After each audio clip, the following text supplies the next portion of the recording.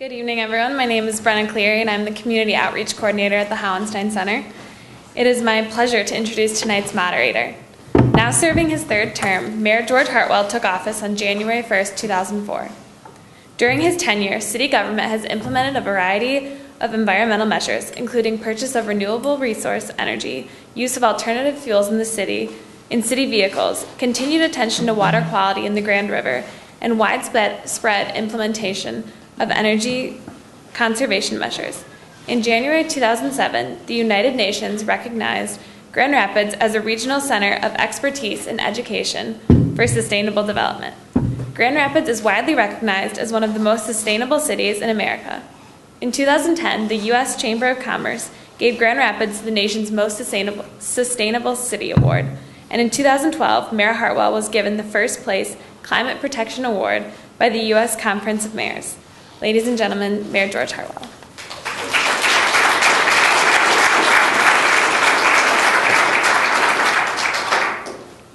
Thank you. That was a very nice introduction. But what really matters is it was what we've seen here tonight. Was that inspiring? Incredibly inspiring.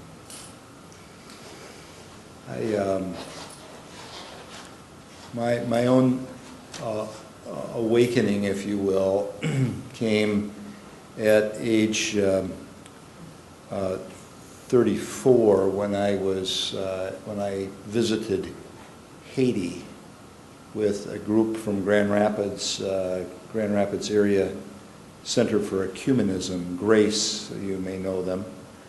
Took a group to Haiti to evaluate 3 poverty programs that we were supporting here in Grand Rapids with money from the annual Hunger Walk. I was the business guy on the trip, and so I had the opportunity to interview the management and look at their systems and look at their books and make sure that our money was being spent well. And then they sent me to live for 3 days in the little village of Anse-Galais on the island of Lagonave in the Port-au-Prince harbor, where I experienced poverty like I never knew it existed in my very sheltered life. It was a deeply, for me, a deeply troubling experience as I saw death and despair. And yet, in the midst of that, the incredible thing that, Mary, that you've pointed out so beautifully through this documentary is the hope that people have and the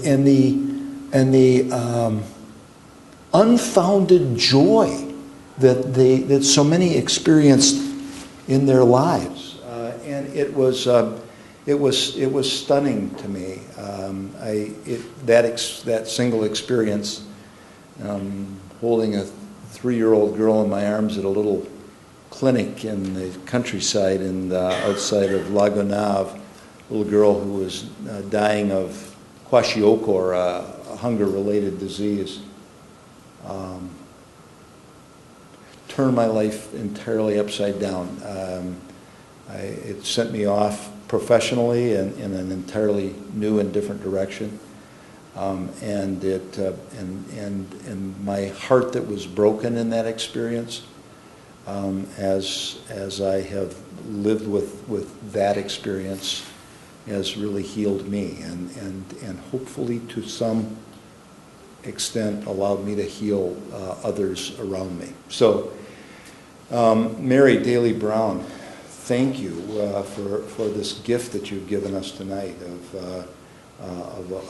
a look inside of the lives of the women that you and your organization have touched. You have a number of board members here tonight and former board members. Hello, raise your hands, stand up, do something so we see who you are. And thank you so much. I met Mary and Beth and Ruth in the airport in Chicago when they were on their way to India. And I was on my way the other direction to Poland this past fall. And some of what we saw here perhaps came out of that trip? No, this was already done. That was a little earlier? Yeah. Well, you didn't come here tonight to hear me. You came here to hear an amazing panel. So I'm going to introduce the panel to you and invite them to come forward. In fact, ladies, come on up and have a seat here, and I'll introduce you as you come. First, Genevieve Sabala. Genevieve holds the position with Bethany Christian Services as an employment specialist, where she works directly with refugee families resettling in Grand Rapids. Bethany, you know, is one of the agencies here that is centrally involved in resettling refugees from all over the world. Genevieve was born and raised in Kakamega, a small town in western Kenya. She earned her bachelor's in sociology and literature from Egerton University in Nakuru, Kenya. She moved to Grand Rapids to pursue higher education, and she's completed both a master's in social work and a master's in public administration from Grand Valley State University. Genevieve's interest in empowering women came from firsthand experience of a culture in which girls were not given equal educational opportunity simply because they were girls. It was a taboo which her parents vowed to break, and fortunately did. When Genevieve and I met here at the back door, she grabbed me right away by the, not exactly like that, but it was close.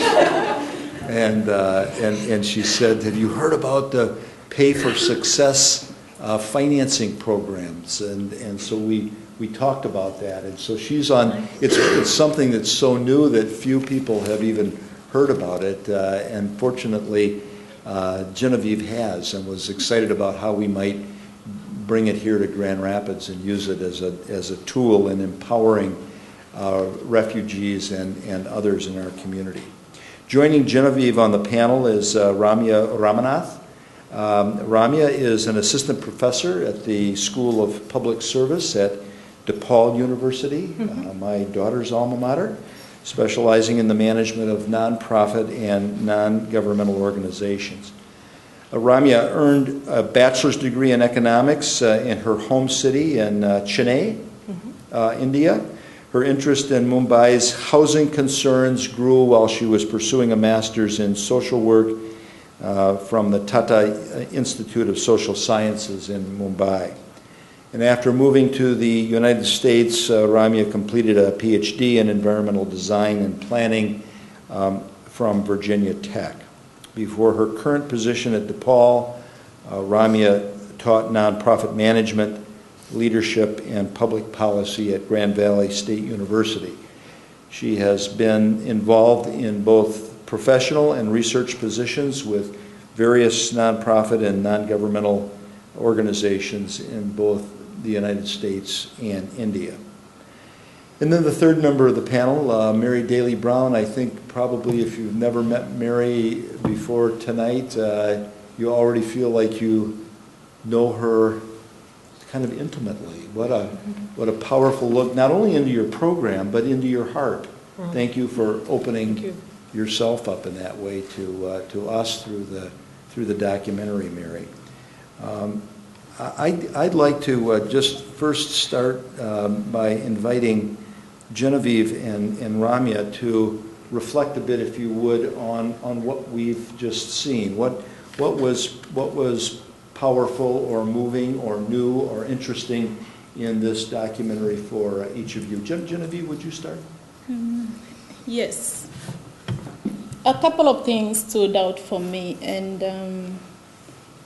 the first one, the section where they talked about childbirth, and I thought about my mother, who actually gave birth to 8 siblings, and the last one, unfortunately, was a stillbirth. So at that time, I was very young, but I knew that if the child had survived, my mother would have died at that time. So it's an experience that has happened in my family, and it's a reality that I could relate to.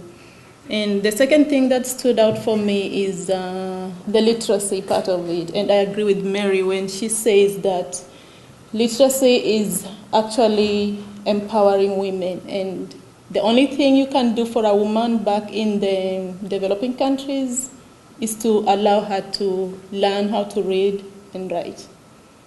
And the rest will fall in place. Most of them are in poverty because they do not know how to read or write.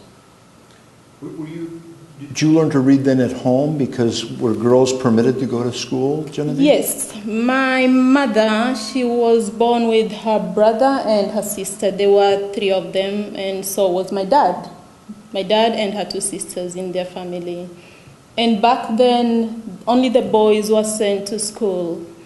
And my mom said when she watched her cousins go to school, she asked her dad if he could send her to school because she had cousins, her uncle's kids were going to school, so why couldn't he send them to school? And my grandmother told her, no, you're a girl and I don't have the resources, which was true. He didn't have the resources to send her to school, but on the other hand, you'd wonder, could he have made any efforts to take my mother to school?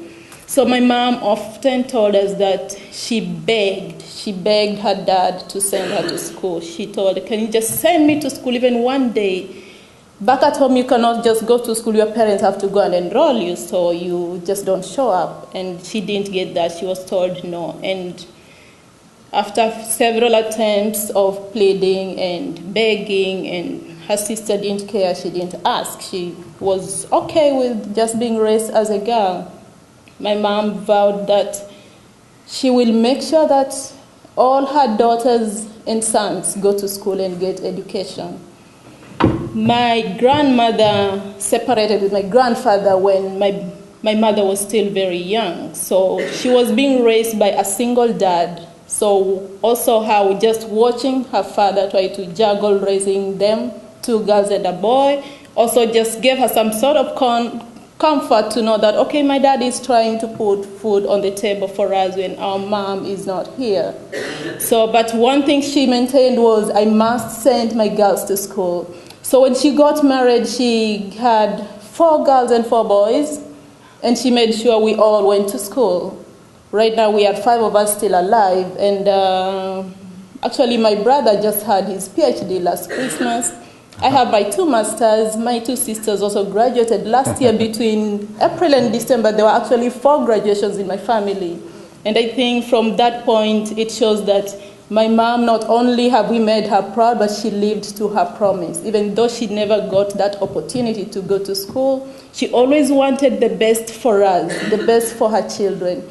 And living in a community where the education for the girls didn't matter a lot, most of the times, many girls dropped out of school. When we finished primary school, before we went to high school, they were getting married off, and it really didn't matter. So my family basically was the first family in the village to even send kids to higher education, to the university. So they always wanted us to have a better life, and I think they achieved that. We're having a better life than our parents, and as a parent myself, I still feel the same way. I want my kids to have a better life than I have right now, so it's just something that goes on. But it was a tradition that really, it took a toll on my mother, but she'd never gave up. And when she was raising us, she had to be the mother who is cooking, who is making sure the food is on the table, making sure everything is done for us. And of course, I watched the film and I saw all these women planting crops, harvesting, and that is exactly what I watched my mother do as I grew up. And she also raised us up to be responsible in the sense that we were part of that, taking care of our family, trying to do things and involve ourselves in activities that enabled us to have food on the table. This was because my father lived and worked as a butler, actually, in Mombasa, which is on the far east coast of Kenya. And our home was actually in Kakamega, which is on the western part of Kenya. So it always took a year for my dad to come home for 1 month. So all the farm work was for my mother to do, to make sure the farms are done, the crops are planted, they are harvested, and we are going to school, everything. She did everything for us. So every time I sit here and I think, okay, where did I come from? I can never forget that experience because I was there firsthand. And in teaching us that responsibility, because there was so much land and so much work to do on the land, when we were about 7, 8, we had, my mom gave us a small portion of piece of land for each of the kids, and you selected whatever seedlings you wanted to plant, whether they were carrots, cabbage, green peppers, or cucumbers, or anything you wanted to plant. Actually, no, not cucumbers, I mean those, the purple ones. Oh, eggplant. The eggplant. So we had to choose, and she gave us that freedom to choose, something which was not usually done or allowed kids to do. So she also taught us how, she gave us that freedom to decide and choose what kind of crop do we want to do. And by making that choice, we were able to not just dig out the piece of land she gave us, but we also planted and took care of it. We had to weed after it had grown, then harvest. So we were responsible for our own piece of plot, and it was good. It felt good knowing that when mommy was making dinner, you just had to dash to your plot and pull out some carrots or go pluck some tomatoes, and it was really nice. So that is where I came from, and my passion for women is that they get that opportunity to go to school, to just sit in a classroom. And those many years as we went to school, through school, of course they had to pay school fees. It was just recently that the president of Kenya decided elementary education would be free, but during our times, our parents had to pay school fees. And so my mom had to sell some of the land produce to make sure she paid school fees. Many times we were sent home because she was not able to pay everything at the same time. And many times my mother went to the principals, the headmistress, and begged with them and told them, please just allow my daughters to sit in class. And if I said it in my mother tongue, you'll crack up because it's directly interpreted, like just allow my children to grab a couple of knowledge, if that makes sense. But say it in my mother tongue, it's more funnier.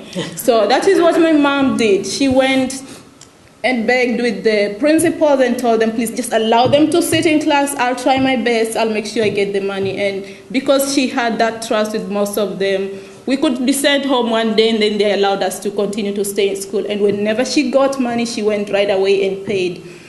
Because she didn't get any education, she also wanted to go to adult education. We have what is called Gumbaru. And Gumbaru these are adult learning centers where older people who've never gone to school can go and learn how to read and write. So she was interested in doing that. She went a couple of times or 3 times, but because she had all these other responsibilities to make sure we have everything, we have food on the table, she just couldn't stay in the school. And I really don't blame her. She did the best. She tried her best to get education, but you know what? She's still my hero. And I think if everyone is given that opportunity, they can really make the world a better place. Genevieve, beautiful story. Thank you for sharing yourself with us. That was lovely. Ramya, Dr. Ramanath, thank you so much for joining us here in Grand Rapids from Chicago. And your impressions after watching this documentary and perhaps some of your own experience. I give it a try. I can't top that. That was a powerful story. So whatever I say will not match up. But watching the video, and I'm also reflecting on some of my work among slums and in slum rehabilitation sites in India. I'm always struck by sort of what I perceive to be two powerful and very contradictory images that one sort of gets from looking at these or experiencing them. And I'm saying this not as a critique per se, but primarily as sort of a request, primarily to myself, about why am I here or why are we here? And how do we as sort of first worlders, as residents or as citizens of the developed world, really prepare ourselves, our hearts and minds, to make differences in a reality that is far away from ours. I mean, the reality we saw in the video was really far away from the everyday reality that some of us, not all of us, have experienced. And the two contradictory images that I was just thinking of as I was sitting here is sort of on the one hand, the woman is portrayed as being hardworking and very capable. And on the other hand, she's also portrayed as being politically, economically, socially constrained and culturally constrained. So on the one hand, she's considered an agent of change, and on the other hand, she's also considered as someone in need of assistance from donors like us and investors. And I find that juxtaposition really fascinating because when you focus on the fact that she's an agent of change, one begins to think that things are not that bad after all. They can work hard and they can earn money, they can feed their children, they can send them to school. But I think a large part of the effort really is in the second part, which is shifting change from economic change to shifting to social, political, cultural change, which I think when we saw SowHope providing a microloan to a woman, it's a very powerful image, and it's an important part of the process. But the more powerful part of the process, I think, is when SowHope reaches out to that local leader and builds his or her technical capacity, managerial capacity, to actually influence and advocate for changes in their own national governments, in their own local governments. And I think that's where real change really does happen. So it's not us. Of course, I think we'll always want to give. I mean, there's a long journey, and I think what SowHope is doing is really one step towards a much, much longer journey. So a lot remains to be done, and this is an important step in that direction, and especially with local leaders. I mean, those were my thoughts just as I was watching the movie. Well, thank you. I mean, the eyes of the world are on India and the rapid change that's happening in this most densely populated nation of the world. We're not unaccustomed to seeing Indian women in positions of political leadership. And yet, is there a dichotomy there? Talk a bit about the state of poverty among women in India. If you How much time do I have?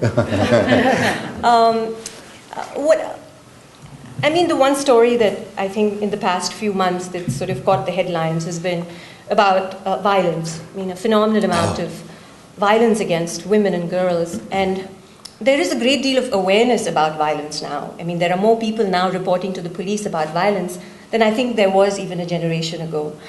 But at the same time, violence against women in the informal sector, say in the garment industry, or as domestic helpers, that still remains highly sort of not addressed. So whatever is true of India on the one hand is also untrue at the same time. There's as much child marriage as there is female feticide. Legislation has changed things gradually. I mean, it's illegal now to test the sex of a child before birth. So things are gradually changing. There's greater awareness about HIV/AIDS in rural India than there was a generation ago, but still there's phenomenal amount of stigma and discrimination for anyone who is affected by AIDS. And what else? While there are women in power for sure. I mean, we have a highly progressive government policy where 50% of the seats in local government, and I'm talking about highly decentralized village-level governance, is reserved for women. But interestingly, only, I hope my statistics, this is getting video recorded. If I'm right, no more than 10% of seat in the parliament, in the national parliament, is occupied by women. So while women, the women you see in leadership positions are really few and far between, and I think that's no different than in the United States. Exactly. It's the same challenge. Or the majority of the boards of nonprofits, the majority of the boards of corporations are to this day inhabited. So it's not entirely, I think you can see the third world right here. You don't have to travel very far to see some of the challenges. So I mean, just as the video pointed out, challenges with access to water, education, sanitation, roads, electricity, I mean, highly pervasive. And I think, it's not a women-specific problem, but when it comes to things like childbirth, when it comes to things like education of the girl child, yes, I mean, all these, the lack of infrastructure hits her the hardest. Thank you very much. Very good. Mary, this may be totally unfair, and if it is, you can just kick me out right now, Okay. because I didn't think about this question until I was watching the documentary. But you live in two worlds, two very different worlds. You go from this Western relatively affluent world into these situations of poverty, and then you come back. How do you adapt to that? The incredible differences between our culture here and the culture and the experience that you're having in third world nations. How do you adapt to that kind of? I mean, I came back from Yeah. Haiti, and I couldn't talk to anybody about it. I would cry. Yeah.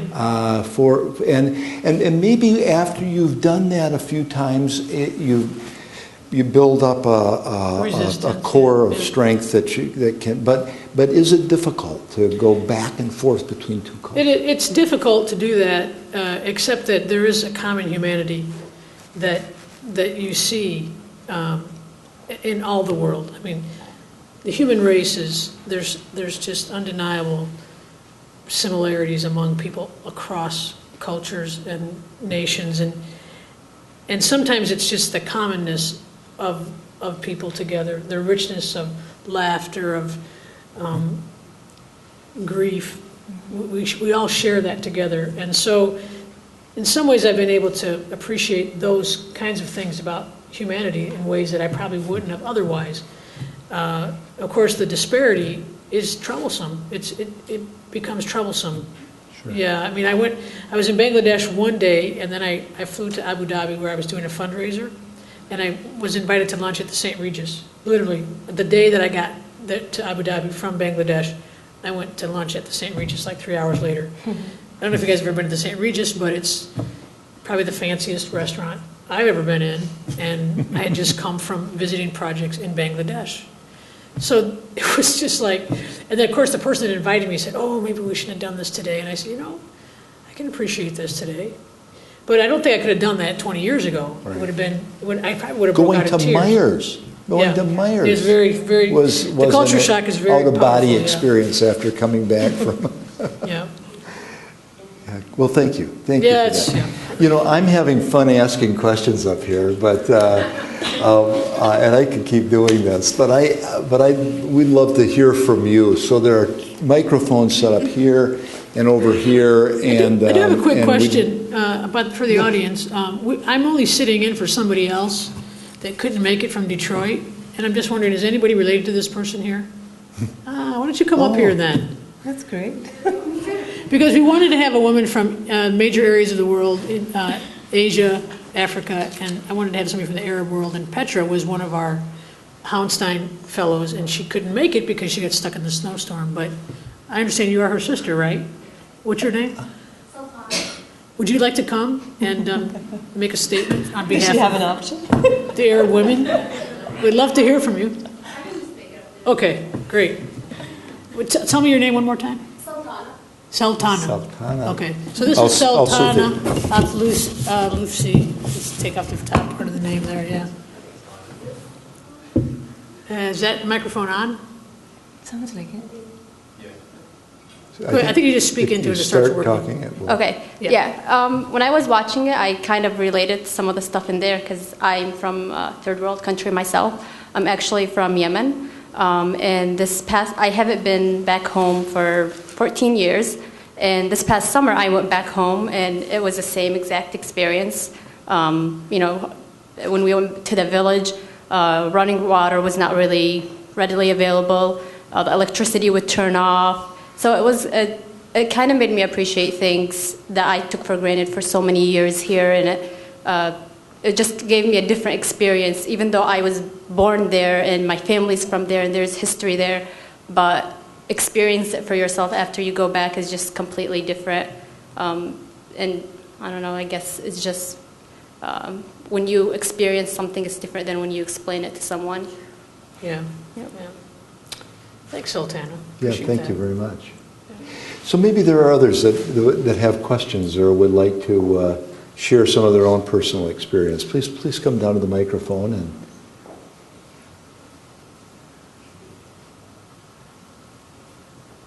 Beth and Ruth, you're going to have to start this, I think.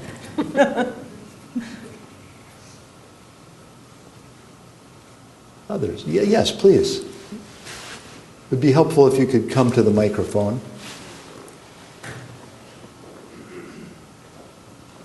Not easy, but helpful. So I just talk into Yes. Okay. I actually have a question for Professor Brown. When you are going into, for example, a new country or a new area or a new community, do you often find the men in the community or in the region hostile or a little bit unwilling to assist the women or unwilling to assist you? Or what is the experience that you have working with the other gender, the other sex in those Great regions question. or communities? Yeah, thanks, Carl. Carl's one of my students. Well, one of the things that we do, we make it a practice to when we enter into any new place, we try to find the natural leader, the governor of the region or the tribal chief of the village, and go directly to them first, and go into their office or go into their home, their hut, and tell them, look, we're an organization that promotes women. We respect men, but we feel like, our organization feels like women are at a greater disadvantage than men, so we really want to help them. But we don't want to do that unless you give us your blessing. So we really want you to take us down and introduce us to the village and tell them that you think it's okay what we're doing. And it's pretty amazing that they feel, the leaders themselves feel pretty empowered to do that, to take us down. They're very happy to do that. And they basically introduce us to the village and say, look, these people are here, and they're going to be helping our women, and they have my blessing. And so everybody sort of we all kind of respect each other, and it makes it quite simple to do it. I've never, in 8 years, I've never had any men ever oppose me or act hostile to me. And I think a lot of it has to do with that we treat men respectfully, too. And it just sort of helps everything. As a matter of fact, I've had groups of men come to me and want to talk to me. And I actually, my first experience was in Africa. I'd been visiting groups of women, and my translator came up and said, hey, my dad, who's the parliamentarian, said he's got a group of men here. We're going to all the villages, and you're just talking to the women. The men want to be encouraged, too. So he has a group of men over here. He wants you to come over and encourage them. And I was very shocked. And I said, well, what does he want me to say to them? And he said, just do your thing. So I basically just went over and talked to the men for a little while and encouraged them too, and they really loved it. And actually that group of men, whenever I go back and visit that village, there's always a huge gathering at the town meeting that we have. We always have a town meeting where I'm asking the women how they like the projects that we're doing, and people comment on the projects. And the chief usually announces the meeting. So it's kind of it's a lot of the way you frame it when you go in. And so we don't criticize the men.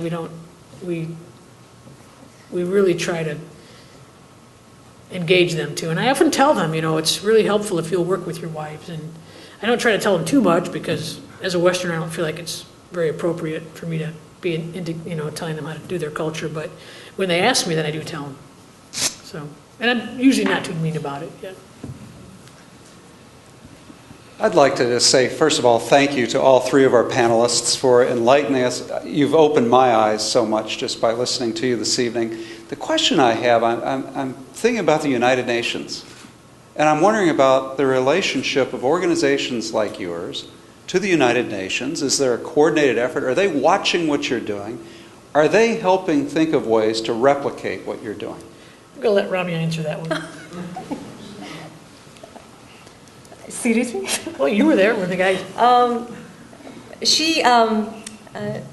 I accompanied SowHope on a 2011 trip to East Africa, and in one of the three countries in the Democratic Republic of the Congo,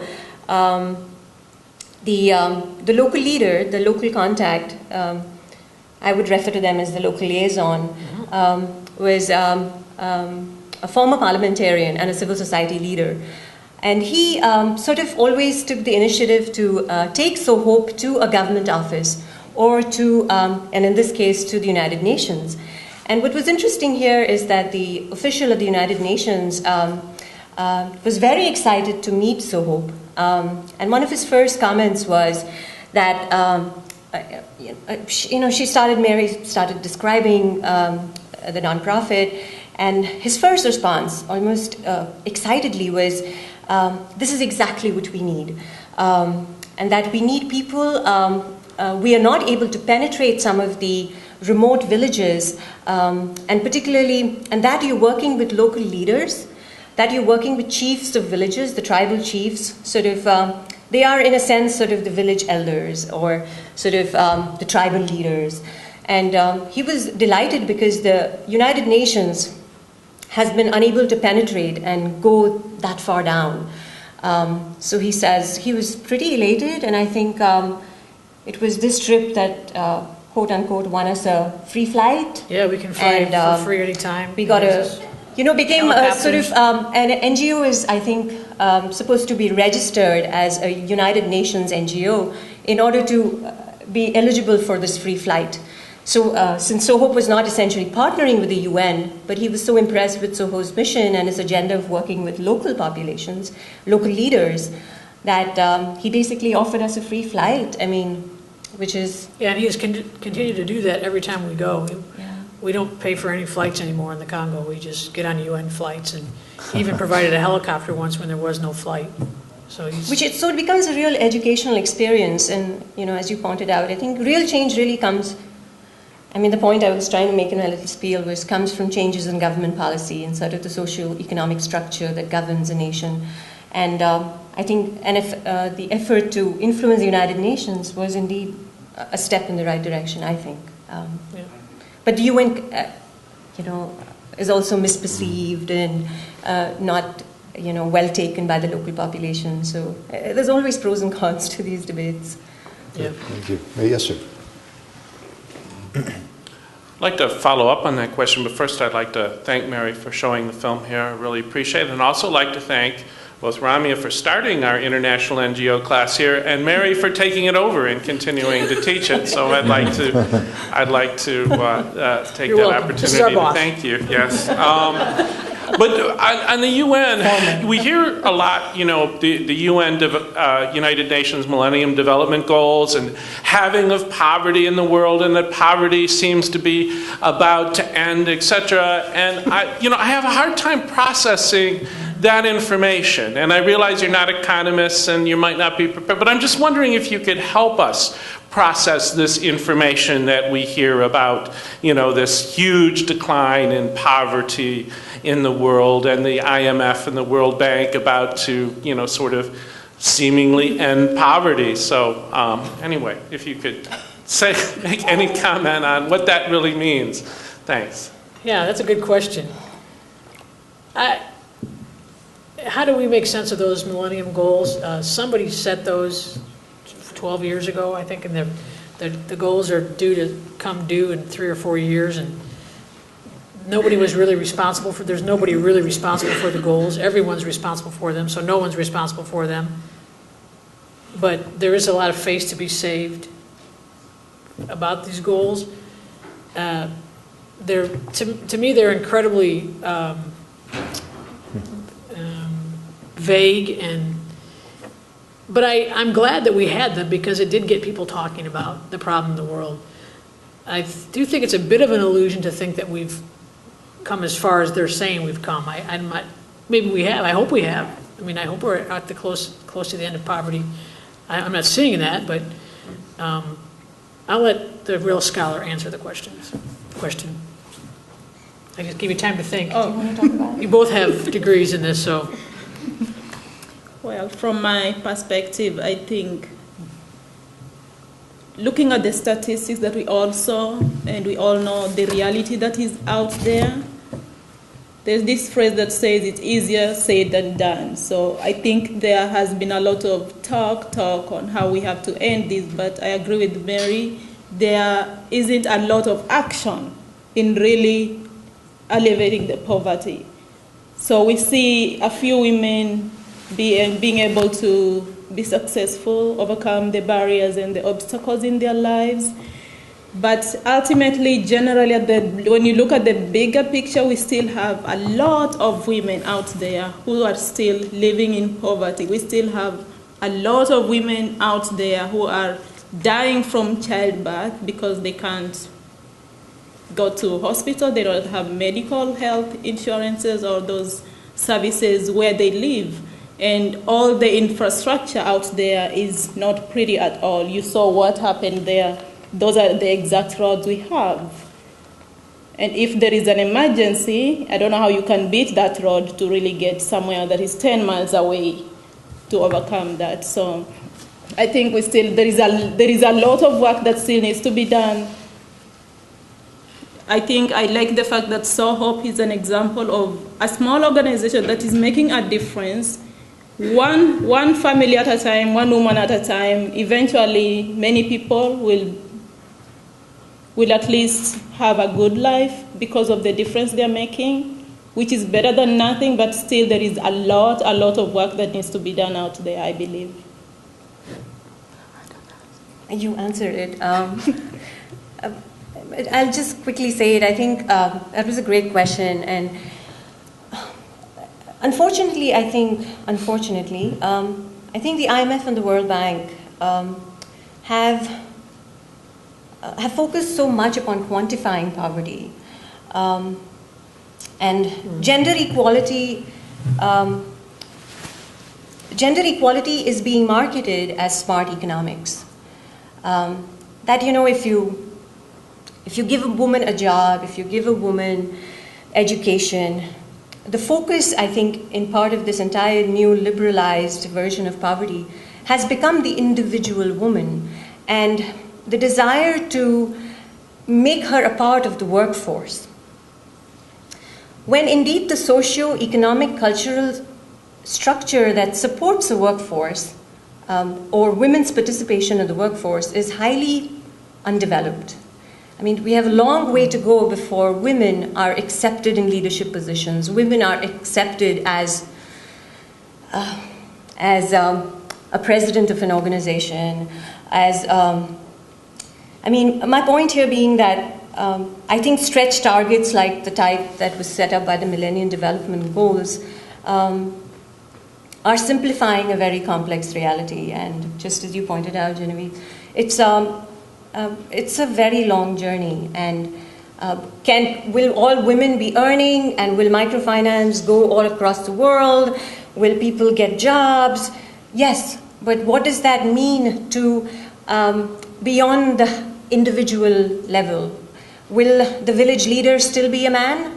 Will the president of the country still be a man, or have male type qualities, whatever that is? By which I mean is that to what extent is our consciousness really willing to accept? I don't think the Millennium Development Goals are about confidence building, are about capacity building.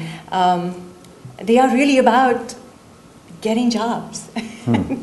It's about workforce. It's the more the women work, the more children will get educated. But the perception that maybe women, not all women want to work, not all women are allowed to work, and what they do at home is work.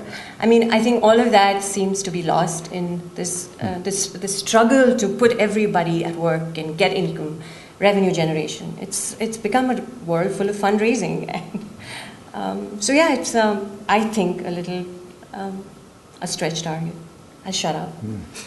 Those are great responses. If I could add just a little piece to that, I got my first peek inside that one of those United Nations processes, when I was invited to speak last fall at the United Nations Framework Conference on Climate Change. In fact, it's where we crossed paths in the airport when I was headed to Warsaw, Poland. I came away very frustrated from that process because of the pace of diplomacy, I guess is what I would say. And so as I was leaving, I was talking with a gentleman who's the former ambassador to the United Nations from Vanuatu, and who has been at this kind of work, United Nations work, for decades. And I expressed that frustration at the pace that things go. And he said, "Well, think of the complexity around this issue, and imagine trying to get 191 nations to come to a common agreement, coming out of such incredibly diverse experiences and cultures and economies." And so I think the same is true. Where the action happens is not going to be at the United Nations Millennium Conferences or the Climate Change Framework Conferences. It's going to happen in the villages. It's going to happen in the cities. It's going to happen, and that then becomes contagious, and it grows and it spreads, and that's where change, in my mind, that's where change happens. Not because a body as diverse and as powerful as the United Nations says, thus it will be. Other questions for our panelists, please? Yes. Thank you. If you'd come to the microphone.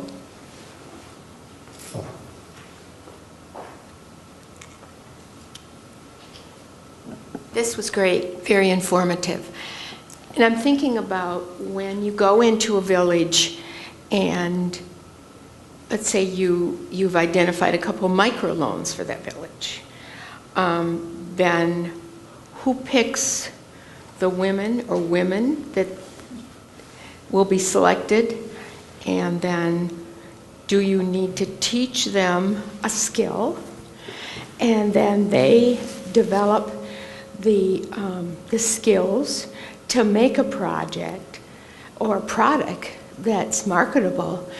And then I'm thinking, okay, then do they get their children involved? And so it becomes almost like a family project. So I'm thinking if, let's say, bring it down to when you give a loan and how that works. And I'm thinking the women, like you said, Geneva, with your mother with 8 children.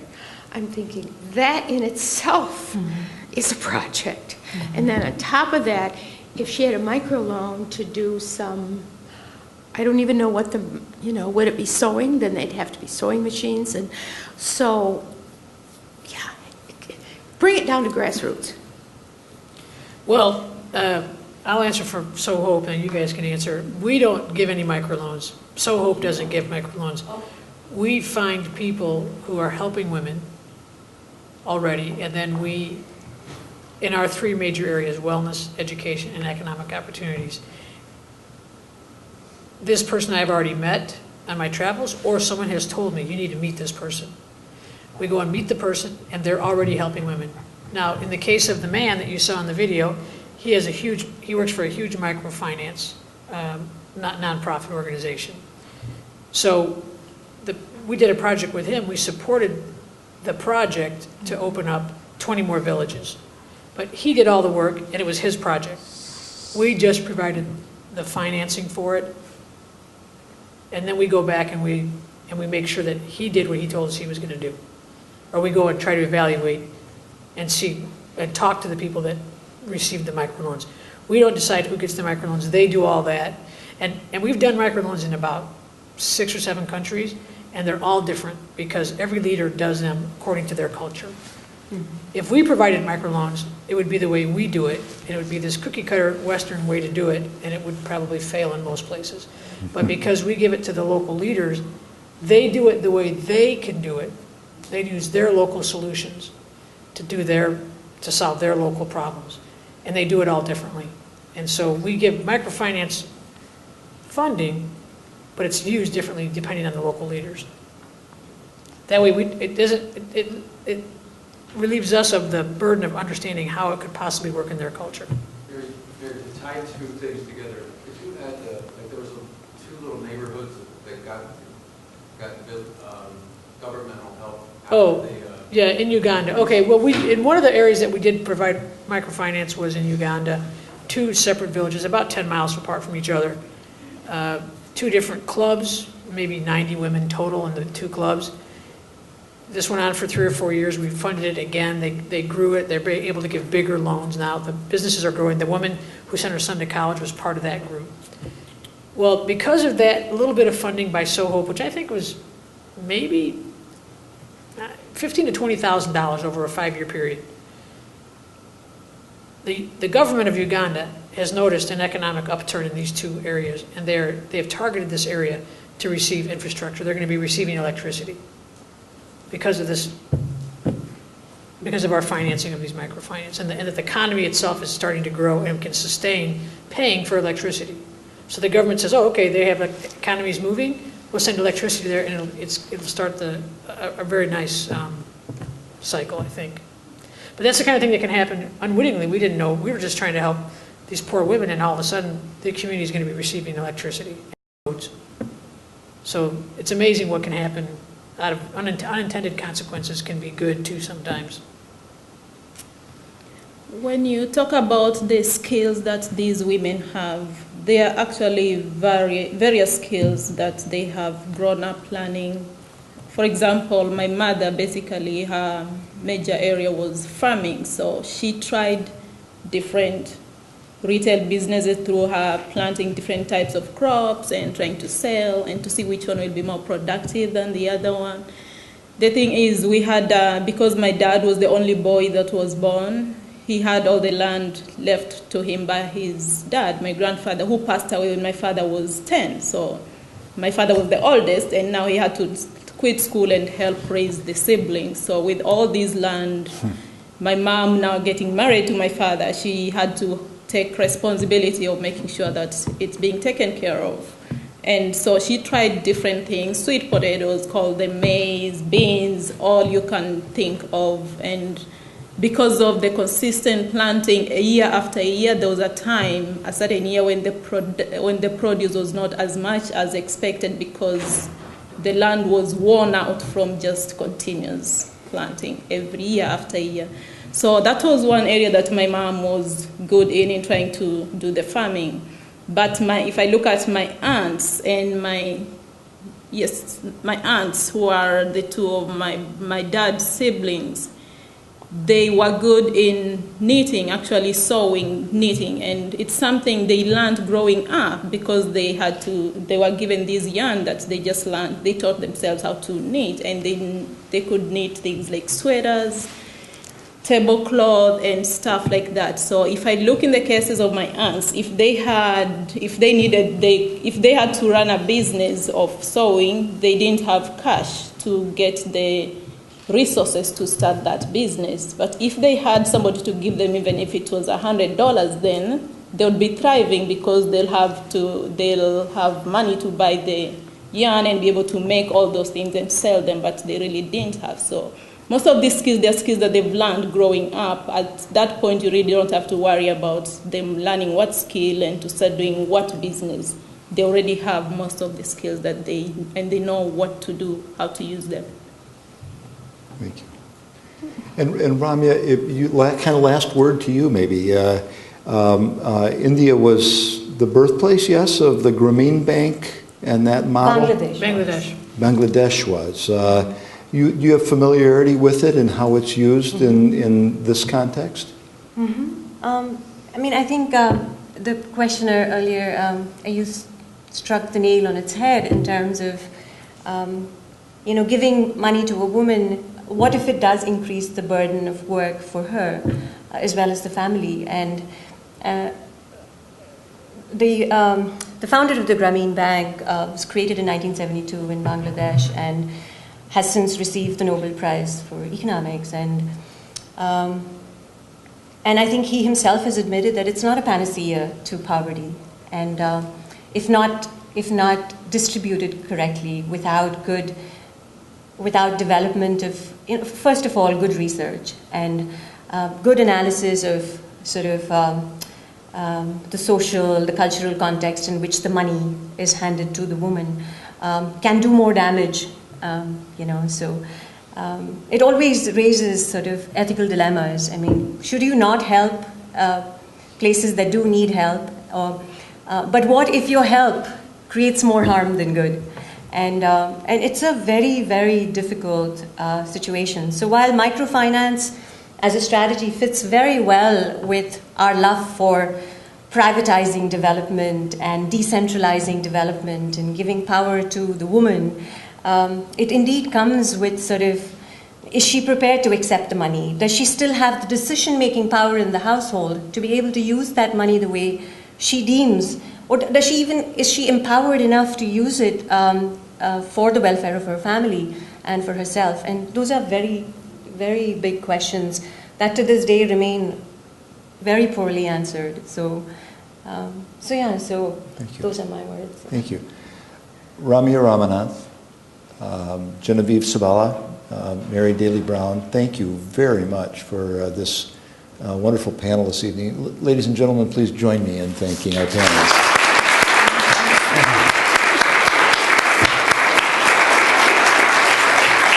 And thank you all for being with us tonight. Gleaves, shall I just close it? Do you have final words to say? No, please, sir. You close it. It's closed. Thank you very much for coming, and take time to thank our panelists.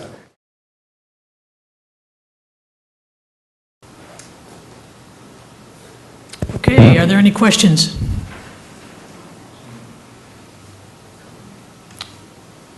Noreen. Mary, congratulations. It was truly, truly remarkable. Thank you. How did you determine what countries you were going to go in? It's determined by the partners that we can find. We basically look for people who are helping women, and then we go and ask them two questions. What are your dreams? What would you do if you had more resources? And then they tell us, and then we put a project around that and fund a time-limited project. So we go where we can find people who are helping women, and we're targeting the poorest countries in the world, which there's about 50 right now that are called least developed countries. So we're targeting those countries first. Eventually we would like to be in every country. So third world countries basically, where leaders are already helping women.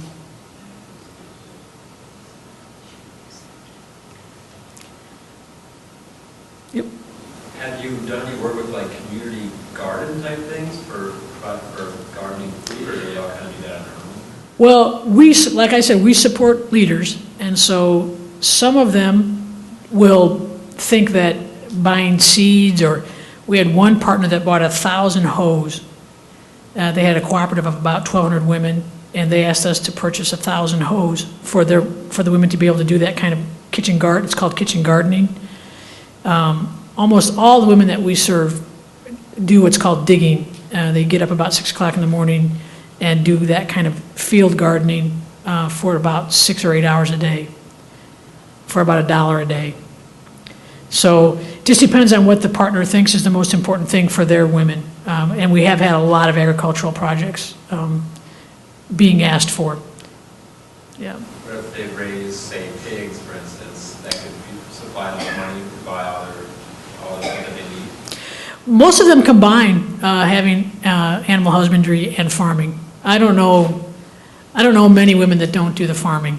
Most of the women in the rural parts of Africa especially are farming. And they're doing other businesses too. Poultry, pigs.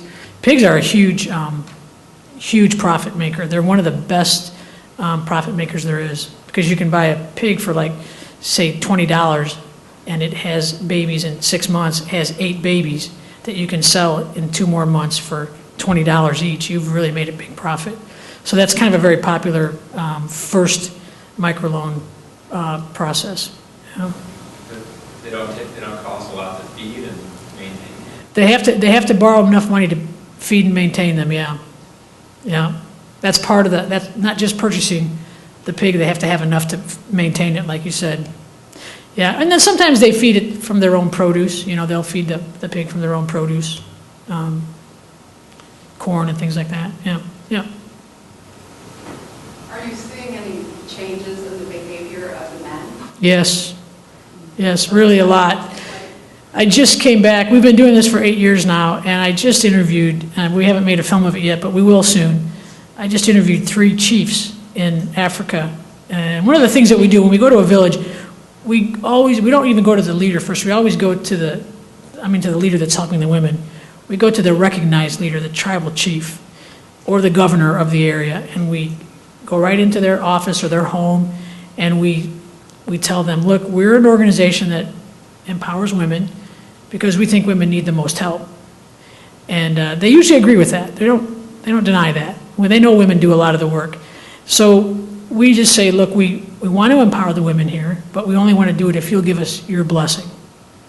So we want you to take us to the front to the people and tell them that you agree with us doing this. And affording them that respect, they are happy to take us down. And what that does for us then is we never have to pay any bribes. We don't really find any impediments. It's really, they kind of open the door and say, look, these people are here to help our women. So get out of their way, basically help them, welcome them. And they welcome us. And they usually have these kind of parties and singing. There's always singing. There's usually a big meal after we spend a day in a village. There's usually a big meal at the chief's house. And so I asked these chiefs, okay, we've been here for 5 years now. When we first came, you wanted us to, give the loans to the men, but we sort of insisted on giving them to the women. What do you think now? It's 5 years later. And I've known these guys now 3 times. I've been back 2 or 3 times, and every one of them, with a camera on them, said, yeah, you did the right thing. Yeah, when you help the women, you're helping everybody. And I said, what if we would have given the money to the men? They said, nah, it wouldn't have been as good. Everything's better. It's better. When you help the women, you're helping everybody. So if you don't if you don't frame it that they're bad guys, and you try to include them in, actually we're seeing a lot of men working with their wives. In Bangladesh, so many of these women they've taken 10, 15 loans now. They have big businesses, comparative to what they had 5 or 6 years ago. They're hiring 4 or 5 of their neighbors now. Their husbands are very much involved, and they're very proud of their wives. I've only ever heard one story. The lady that was the midwife in Uruguay, she took the midwife lesson. She has a husband who's a drunk, and the last time we were there, everything Catherine puts her hand to succeeds. She opened this birthing clinic. People come from far, far away for her to assist them in birth. They did a pilot project growing sorghum, which meant that they had to spend the whole day chasing off birds so they wouldn't eat the sorghum seeds. Of the 20 women that did this pilot project, only 2 of them succeeded. Catherine was one of them. She's an amazing woman. Her husband is a drunk. She's the leader of the cooperative. She gives birth, she delivers a baby 3 times a week, almost always at night. She guards her field during the day. She's really like one of these overachievers. Her husband started to beat her. He was so jealous of her. She actually, the leader there told us that she was very clever. She saved enough money. She ran away one day, took her baby with her, and left her 2 sons, who were grade school, middle school age, with the dad. And he did not take care of them. There was no one there to deliver the babies. The whole community turned against him. And he threatened to actually go after our partner, who was helping the women. And that's when the other husband stepped in and said, you touch him, and you'll have us to deal with. Now, they didn't step in when he was beating his wife, but they did step in when he threatened the partner. But eventually, he so shamed himself that no one in the village liked him. And we've heard recently that she was able to, after about 6 months, she was able to come home and restore all of her business. And he actually went to live with another wife. He has about 3 wives, so he went to live with somebody else. So there are the exceptional cases, but really, for the most part, when you lift up women, you are lifting the whole community, and men benefit too, and they know it. So, yeah. Mary, I want to also say thank you for such a powerful representation of your work, the good work you've been doing doing over the years. You know, we have a leadership academy. I'm always interested in comparing notes about leaders. I'm sure now that you've been working with all of these extraordinary women leaders, you have some... And men leaders. And men leaders. Yep. That actually goes to my question. Have you started to form a judgment about the differences, the gender differences in leadership styles, that kind of thing? You know, honestly, we have great men leaders. The guy Nelson, he is just awesome. The guy that helped the women understand that now that they're making a little bit of money, they should be helping other people too. Can you give back a little bit from what you've earned? And they're willing to give 12 cents, each of them. He's always challenging them to the next step of human life, human behavior.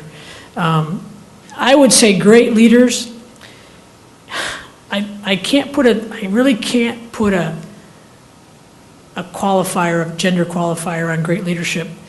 We have some women who are tremendous leaders, but I can tell you something, that every one of their fathers recognized their leadership when they were little girls and singled them out and said, you're going to be educated, you're a great leader. And it was their fathers that actually empowered them to be great leaders. That lady, Josephine, when she was 5 years old, her father looked at her and said, he gave her the best compliment you could ever give a woman in Africa, a little girl. Josephine, you're smart like a man. You're going to go to school. And he made sure she went to school. And she is probably one of the greatest leaders I've ever met in my life. She's actually a peacekeeper. She's asking us for projects right now. She just submitted a project. The first project she gave us was a $5,000 project to buy a grain grinding mill for those AIDS widows. She continually increases her projects. She's up to a $100,000 request now because she wants to bring warring tribes together in a 2-week training period where she makes them sleep in the same rooms.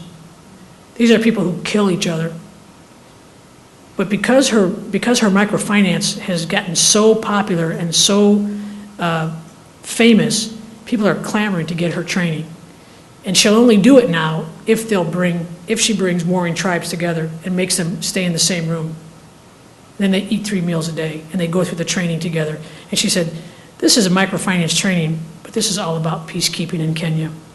And what happens is after 5 days, the people break down and they say, I had no idea that the Kikuyus were like this. I had no idea that Kalenjin were like this. We're not going to kill each other anymore. And she uses the microfinance as a way to bring these people together. Her leadership is so phenomenal, it's unbelievable. Matter of fact, when they had those clashes in 2008, she called together the people in her area in Nakuru, all the leaders, church leaders, government leaders, anybody she could get. She called them together in this one meeting place. And she said, look, this killing is going to stop when it gets to here. Because before it gets here, I'm promising I won't kill you, and you promise you won't kill me. And these were people that were in opposing tribes. And they all said, okay, we're not going to kill each other. You know where the refugee camp is from that war? In the very building that she had that meeting, because that's where the war stopped. Incredibly powerful leadership. I get next to some of these people and I just, I feel like a midget. I mean, I'm sorry, that's probably very, I feel like in the worst sense of the word, okay? It's the worst sense of the word. I feel like I'm just a nothing person that doesn't measure up at all in any way. Politically incorrect statement, very, very sorry to any small person here. But I can really tell you that you stand next to them and you're actually embarrassed to be with them because you realize they sacrifice their lives over and over again, and we live in the lap of luxury. Yeah. Well, firstly, I'm really impressed and inspired about your movies and your work. So I'm from Mama. My question is, do you have any plan to join your program in the Southeast Asia country? You know, my country is one of the poorest countries in the Southeast Asia. Do you know anyone who's already helping women? For Southeast Asian countries? If you have a good leader, we like to go meet them. That's exactly how we go. Somebody like you comes up to me and says, will you come to my country? And I ask you, is there somebody there helping women? There are a lot of programs implementing right now, but I'm not sure. But I don't want a Western program. I want somebody from the country who's actually sacrificially helping women. That's who we like to help. Because they have the local solutions, and they understand the local problems way better than we ever could. So if you know somebody that's helping women in your country, who's already helping women, we'd like to come in and boost their work. Yeah? Yes? You mentioned those tribes warring with one another. There were 4 or 5 tribes involved. Is that what you said? In the DRC, that was the case in that one area, yes. In the northeast part of Democratic Republic of Congo, there were. What were the main reasons they were warring against one another? Oh, honey. You're going to have to ask somebody else that question. I don't know why they're warring. Why doesn't Michigan State like state? I don't know. The closer you are, the harder it is to get along. You didn't hear from the people why? I'm sorry? You didn't hear from the women why the men were warring with one another or those tribes? People do war for interesting things. They offend each other. They want this part of the property. They want that water source. They want, they're ethnocentric. They think they're better than the other people. I'm not an expert in war. I'm an expert in hope. So I would bring another speaker in to answer that question, but I don't know why. I just know that it is that way. Yeah. Good question, though. Yes. You mentioned that women do all the work, and obviously your film is showing mostly the women, but I'm curious, where are the men? What are they doing? Yeah. I should have put some of those pictures in. I'm not saying that men work. They do work. They're working in the markets. They're driving all the vehicles. They work in the government positions. If there's any kind of military, they're doing, that kind of stuff. But the truth is that when you go to a third world country, you generally fly into the capital city, you land in the capital city, and you get into a 4-wheel drive, and you drive down country or up country. And along the way, you pass through towns and villages. And really, this is what you see. This is what I kept saying. This is what stirred me so much. You go through the villages, and you see a lot of men in the villages. They're milling around. They're in the marketplaces. They're in the town center. They're playing a lot of games, board games, drinking tea, smoking hookahs, chatting with each other. And you don't see many women in the villages. And then you leave the villages, and then you start seeing the women. They're out in the fields working. They're got down by the river doing the wash. They're carrying the babies. They're carrying the wood. They're gathering wood. They're doing all the work to prepare the food, which is an all-day affair. So that's what was surprising to me, was that I kept seeing the men in the villages kind of together, and oftentimes just in little groups talking to each other. And that's what I didn't understand. And then I would go out, and then you see the women carrying everything, and that's what was so surprising to me. But I'm not going to say the men never work. They don't carry the burden like the women do. Generally speaking, we're generalizing a little bit, yeah. Mary, as they take on the loans, you're seeing the people work, and maybe you can tell a story about the taxi driver. Yeah, and the more the women are empowered, the more the men want to get involved. The more proud they are of their wives, and the more they become involved. I was interviewing one microloan group like you saw there in Bangladesh, and I was asking them, okay, tell me what loans have you taken out? What are you using your money for? Okay, well, I bought chickens. Okay, I bought a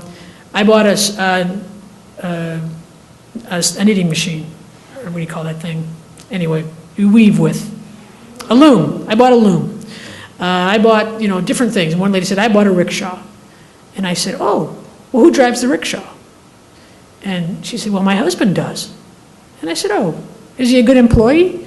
And they all laughed. They just thought that was the funniest thing. I said, well, it is your rickshaw, and he is your employer, so is he doing a good job? And they laughed and laughed and said, well, yeah, he does do a good job.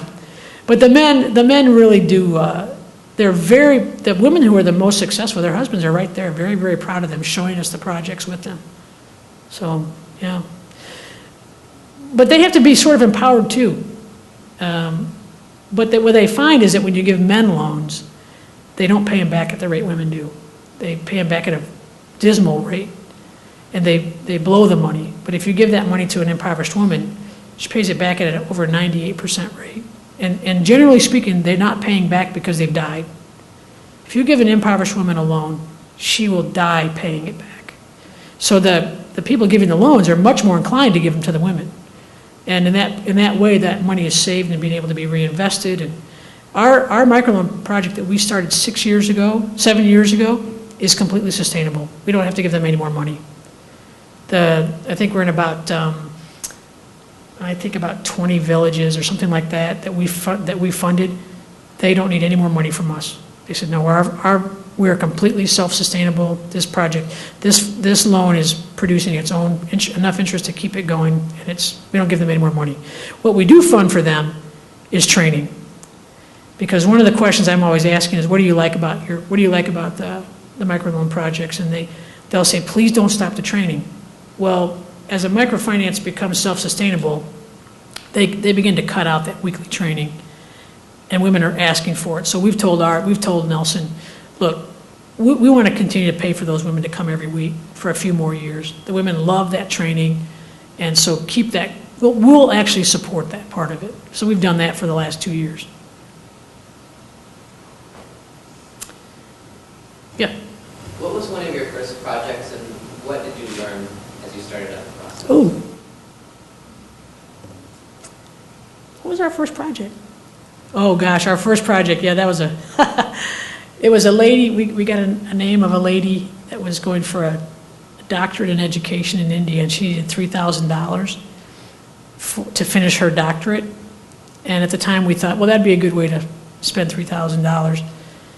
And it was okay, she finished it, and she's teaching people now, and that's good. But then we found out that for $3,000 we could train 100 women in literacy. And we kind of felt like, since we target impoverished women, that we would want to spend money that way, empowering many more women. 100 women getting literacy is at $30 each. They go from zero literacy to a 5th grade level in 9 months. And that totally changes their life, because they double their income during that time, and they become aware of their rights. Part of that class is they learn about their rights, which they didn't know. They can now read to sign contracts. They know what they're signing. They can follow instructions, medical instructions. One of the comments we just heard, we were just there, the biggest excitement was, we can take the bus now. We can read the signs. We can go to the town, the big city, and buy wares and bring them back to our village and sell them here for a profit. Before, we could never do that, because we couldn't use the buses, because we couldn't read the signs. And of course, they can't buy and sell because they can't add and subtract. Now they can add and subtract, they can read the signs, they can do a small business. They said, we feel so free. $30 a person. So we kind of learned that we need to be a little more careful about how we're directing the money. And it wasn't a failure. I mean, it just wasn't the best use of our money for impoverished women. One other mistake was, we did buy that grain grinding mill for Josephine, and they had a big drought. So 2 years they had the grain grinding mill. They never got to use it, but they're using it now. Now the drought's passing, but we didn't really think it through very well. We didn't really know how to, So we're definitely making mistakes. And one of the things that we tell our leaders, especially if they're very grassroots, because we go from very grassroots, government workers helping their neighbors, for example, all the way up to large organizations like Nelson's organization. We tell them, look, if you try this project and it doesn't work, you're trying something new, if it doesn't work, it's all right. Just tell us what happened. Don't lie to us about it. If you're trying something and it's something you haven't done before, and you needed time to learn how to do it too. So don't feel bad if it doesn't work out the way you want it to. When it's over, let's just talk about how to make it better. And when we first start out, we don't give any suggestions. We give very few suggestions, because we really want this project to be their idea, because then they own it, and they want it to work then.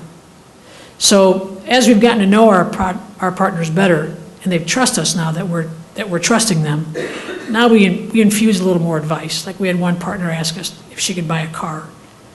And she is a small person. And we said, well, Sarah, how are you going to drive the car? You can't reach the pedals. And she said, well, I think they can adjust it. But she has like some problem with her hip too. And I said, you know, for you to buy a car to drive to the rural area, $6,000 or $8,000, you're going to buy this used car. It's about what we can buy here, the same kind of car. And we're going to places where there's no roads. I said, you know, you could go to the rural area many times by hiring a driver with a four-wheel drive car. You could go lots of times. And by the time you spent the $8,000, that car would be totally ruined. And you wouldn't have to learn how to drive. You could rest during the time when you're going back and forth. It's a long trip back and forth to the rural area. And she said, oh, okay. So we did kind of go in and make a suggestion there. And I think that was wise on our part to kind of step in and say, look, you owning a car, what happens if it breaks down? How are you going to fix it, Sarah? She's an agricultural worker. She said, yeah, I wouldn't really know how to. I mean, what if you change a tire? You have to do that all the time. I said, you really want to think. I think for that money, just use it hiring a driver. So that's what she did. And I'm going to go there next Tuesday, actually. So, well, it's 5:30, and we're going to be having a reception at 6 o'clock. So if you want to stick around, we'd love to have you do that. And I think I probably should go ahead and close this down now. Thank you very much for coming. Please pick up some literature in the back. I do want to do a little shout out. Got some friends in the audience. There's two gals here from Global Gifts. It's an all fair trade store on 28th Street, and they sell fair trade goods from a lot of women that we serve, the kind of women that we serve. And so I just wanted to there are cards on our table, and there's a couple brochures. Go ahead and grab one and visit their store sometime the next time you got to buy a gift. Thanks a lot.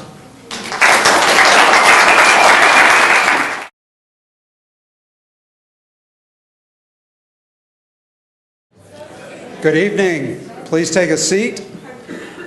I'm Gleaves Whitney, Director of the Hauenstein Center for Presidential Studies here at Grand Valley, and we're so glad to welcome you to this first International Women's Day celebration on our campus, and I believe it in Grand Rapids. And what a celebration it is, ladies and gentlemen. You're in for a real treat. With us this evening are Mary Dailey Brown, who is the producer, the writer, the photographer, the videographer for an exceptional documentary. It's a half-hour long that I think you're going to thoroughly enjoy, and it'll open your eyes. Even those of you who are well-traveled, you'll enjoy Mary Dailey Brown's work. Just a word about Mary Dailey Brown. Mary, I hope you're not embarrassed by this, but Mary Dailey Brown used to be in our Cook Leadership Academy as a fellow. And we knew that she was exceptional because she was the first student fellow we ever had that we had make a presentation to the rest of the fellows. I mean, that's how exceptional her work was even at that time. Now she's teaching here at Grand Valley, and she's going around the world. And I want to give a shout out to Doug, her husband, Doug Brown, who's done so much. And you're going to see his handprint. Yes, absolutely. Way to go, Doug. You all make just an awesome team. And we also have Mayor Heartwell with us. George, thank you so much for being with us. This whole event, the reason we're having an International Women's Day here in Grand Rapids is that Mayor Heartwell and I were discussing, we were talking about the weather, of course, a few months ago. And it turned out that when Mary Dailey Brown was talking about having this documentary ready to show, Mayor Heartwell picked right up on it. And then we fell into line as well when we saw the opportunity to host such a worthwhile event. So thank you for being here. My job at this point is just to tell you what's coming up. We're going to have the screening in just a few minutes. Mary will be coming up to introduce the documentary itself. Then after that, we're going to have a very distinguished panel. We'll be over there. They'll take your questions for 45 minutes or so. We'll get into a good conversation. And we hope after that there's still some cookies out and back that we can have to wrap things up for the evening before you go back out into the cold. So ladies and gentlemen, enjoy this very important and moving screening of this documentary, and I give you Mary Dailey Brown.